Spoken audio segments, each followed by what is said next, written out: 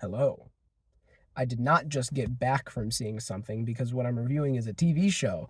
Um, so I am in a car about to go somewhere. This is not the same car I was in last time. I don't own two cars. My parents do. But either way, I can drive. Anyway, today I'm going to be talking about The Fall of the House of Usher, an excellent Netflix series based on the works of Edgar Allan Poe. Um, and I'm vaguely familiar with the works of Poe. I've read some of his stuff. Um, so it was cool to recognize some of that.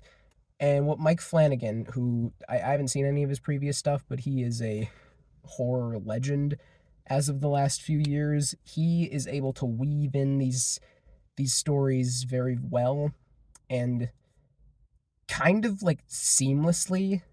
And it ends up working very nicely.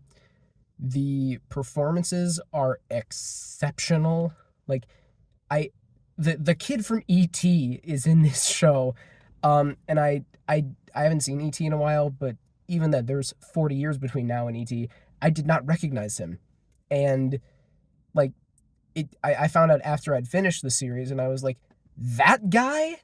That guy's the kid from ET, and the car is telling me something. I don't know what. Anyway, so the show was really, I think Bruce Greenwood played kind of the lead character, Roderick Usher. I've only seen him in a movie called 13 Days about the Kennedy administration. He was pretty good in it. I didn't like the movie. It mostly featured Kevin Costner doing the worst Boston accent or whatever the hell he was doing that I have ever heard, but I didn't like the movie. He was fantastic in here. Mary McDonnell plays his sister. They have incredible chemistry as these two like morally dubious people who've been like corrupt for the past 40 years and they just kind of run with it. Cars going by. I should stop. This is not as much of a gimmick as I think it is. Anyway, and that was a nice dynamic between the two of them. Carl Lumbly's in there as this attorney guy, and he's very good. Mark Hamill is a standout as like the fixer of the family, and he's wildly versatile actor. He does this like growly thing with his voice where whenever he's talking, he sounds like this. Not like better than that, but you know what I mean. Yeah, and he's stellar. He's fantastic. The clear standout, however, is Carla Gugino.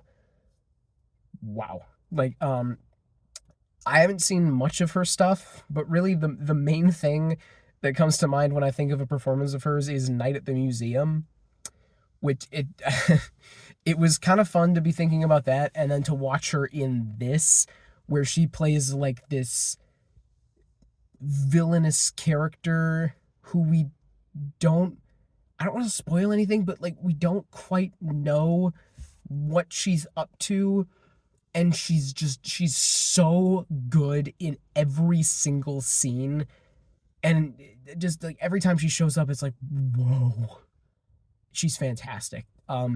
The the horror elements are insanely well done.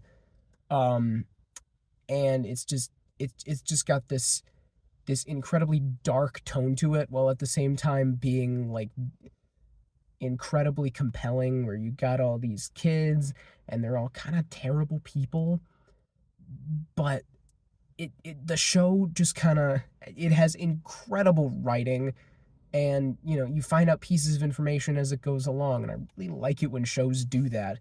The cinematography is incredible. The CGI, there's not a ton of CGI, but for what there is of it, it is also fantastic. Yeah, I loved this show. It is honestly, I think it is my number one TV show of this year so far. Um, I think it tops The Last of Us. I do. That was my number one for a long time, but this was just so, it was entertaining, it was compelling. I was like on the edge of my seat for so much of it, and like it was such a phenomenal show. I highly recommend it. Anybody who is okay with some horror elements, watch this show. It's amazing. It's on Netflix. Do it. Do it now. I don't know what that was, but yeah. There you go. Another episode from The Car Driver. Thanks for watching and keep calm and watch on.